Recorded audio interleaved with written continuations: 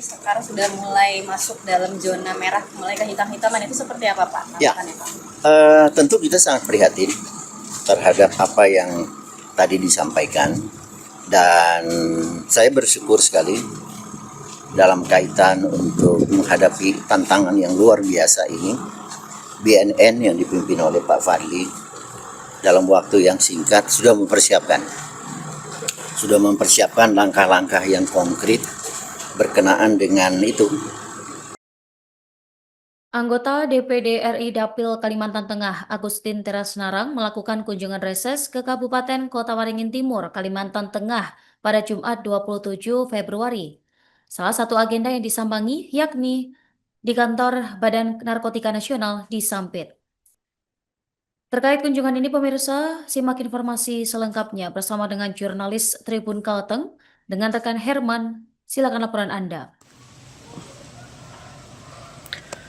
Ya, benar sekali bahwa anggota DPD RI Dapil Kalimantan Tengah Agustin Terasnarang melakukan kunjungan kerja atau reses ke Kabupaten Kota Waringin Timur pada Jumat 27 Februari 2026, dan salah satu agenda yang disambanginya yaitu mendatangi kantor Badan Narkotika Nasional atau BNN di Sampit, Kota Waringin Timur, Provinsi Kalimantan Tengah.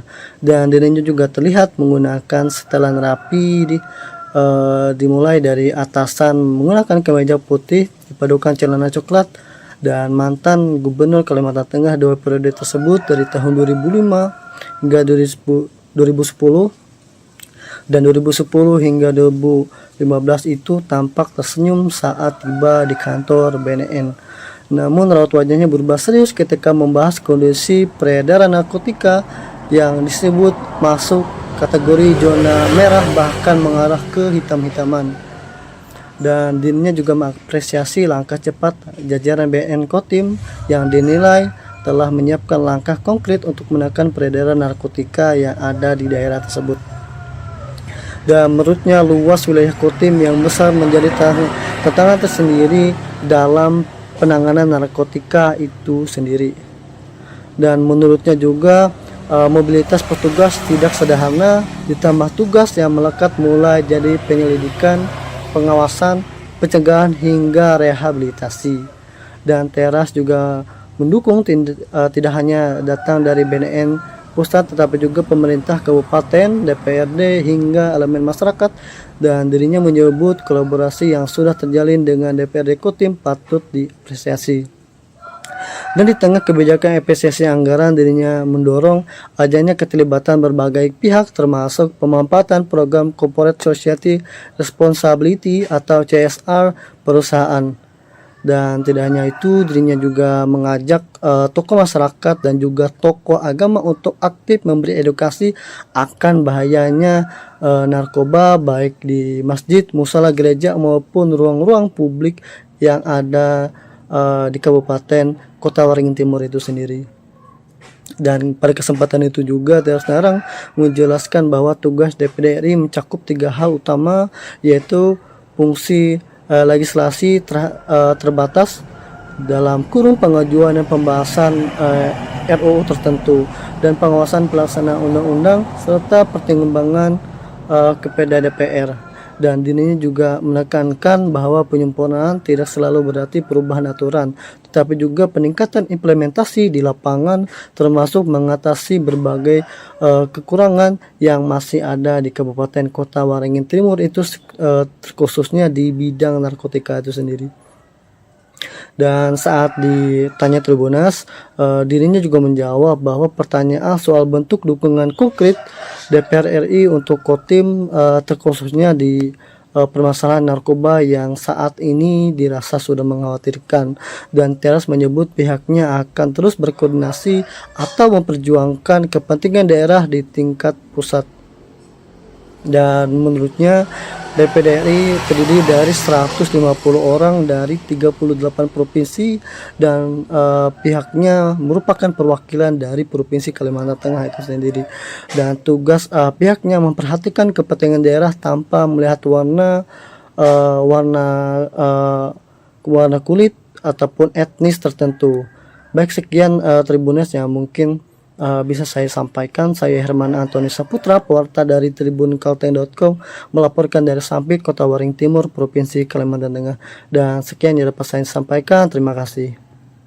Tanggapannya kalau Kotim ini saat ini sekarang sudah mulai masuk dalam zona merah, mulai ke hitam-hitaman, itu seperti apa Pak? Ya. Tanggapannya, Pak? Tentu kita sangat prihatin terhadap apa yang tadi disampaikan, dan saya bersyukur sekali dalam kaitan untuk menghadapi tantangan yang luar biasa ini. BNN yang dipimpin oleh Pak Fadli dalam waktu yang singkat sudah mempersiapkan langkah-langkah yang konkret berkenaan dengan itu, untuk merubah warna itu. Dan saya meyakini bahwa tidak bisa hanya berpengharapan dari beliau dan teman-teman. Beliau harus didukung. Banyak lagi program-program dari BNN Kabupaten Kota Waringin Timur ini yang harus dibantu. Karena luas dari Kotim ini kan luar biasa. Dan beliau memerlukan mobilitas yang tidak sederhana. Beliau harus masuk kemana-mana, dan yang tidak kalah penting dalam kaitan tugas penyidikan, beliau kan harus dibantu oleh aparat yang mempunyai kapasitas, yang mempunyai kapabilitas, yang mempunyai kompetensi dalam kaitan pelaksanaan tugas penyidikan ini. Nah, sebelumnya ini kan ada tugas penyelidikan, ada tugas dalam kaitan pengawasan dan lain sebagainya. Dan ini kan semuanya melekat. Termasuk diantaranya adalah pencegahan. Dan apakah berhenti di situ? Tidak. Ternyata juga BNN harus melakukan upaya rehabilitasi. Ini kan memerlukan sarana dan prasarana. Bukan hanya sekedar di buku, bukan hanya sekedar di undang-undang. Nah, ini harus dibantu bukan hanya dari BNN pusat, tapi juga dari pemerintah kabupaten. Apakah itu pemerintah kabupatennya, bupatinya, dan juga dari DPRD. Dan saya tadi mendengar dari Pak Kepala, Pak Fadli, bersyukur ada semacam kolaborasi dengan DPRD di dalam rangka untuk membantu program-program ini. Tetapi sekarang kan lagi efisiensi. Anggaran semuanya kan berkurang. Nah, apakah itu hanya mengharap? Ya, kita minta bantuan juga dari masyarakat yang punya pedulian. Misalnya, mohon maaf, Pak Fadli diperkenankan nggak kalau ada orang corporate social responsibility dari sesuatu perusahaan? Kalau Pak Fadli ada program, dia membantu, boleh nggak? Tuh, bisa. Jadi artinya jangan dibiarin Pak Fadli jadi anak tunggal gitu loh. Bisa itu dikeroyok. Nah, itulah yang saya selalu bilang, semangat gotong royong. Nggak mungkin kita dalam keadaan sulit keuangan begini kita hanya berpengharapan dari pemerintah. Ayo kita keroyok yuk, ini kerjaan bersama. Dan saya juga berpengharapan tokoh-tokoh masyarakat di dalam rangka untuk juga membantu. Ya, misalnya di masjid, di langgar, di musola, di gereja, di mana-mana pun, ayo lakukan edukasi. Apalagi kita di tahun 2045 kan tahun emas. Jangan jadi tahun emas loh. 2045 itu kan siapa nanti? Ya kalian ini nih, yang nanti jadi mengganti Pak Rimbun. Ya, kalian nih semuanya. Terus untuk lanjutnya bagaimana Pak? Tupoksi Bapak sebagai DPR RI Pak? Tugas dari DPD ada 3. Pertama, tentu kami di dalam rangka untuk membantu di dalam pembuatan penyempurnaan revisi terhadap undang-undang. Dan kemudian kedua, pengawasan. Nah, ini apa yang saya lakukan di bagian reses ini adalah bagian dari pengawasan terhadap pelaksanaan dari undang-undang tentang pertama keberadaan di BNN, kemudian berkenaan dengan masalah narkoba. Apa yang sudah bagus dan apa yang perlu dilakukan penyempurnaan. Ya, artinya penyempurnaan ini jangan diartikan hanya perubahan ya, tetapi peningkatan terhadap pelaksanaan di lapangan. Apa kekurangannya? Misalnya kayak tadi kita dengar kekurangannya itu ada Yani gitu ya.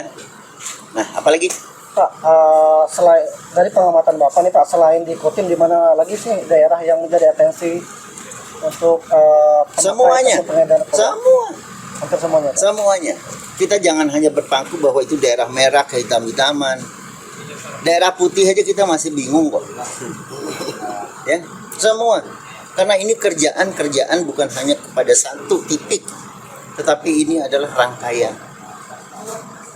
Kan tadi saya udah bilang, Pak Yani, dia di hulu, dia di hilir, dia cuma nerima aja. Tempatnya dia aja udah kepenuhan. Ya. Nah, sekarang kita berupaya agar di tempat beliau ini tidak terlalu penuh.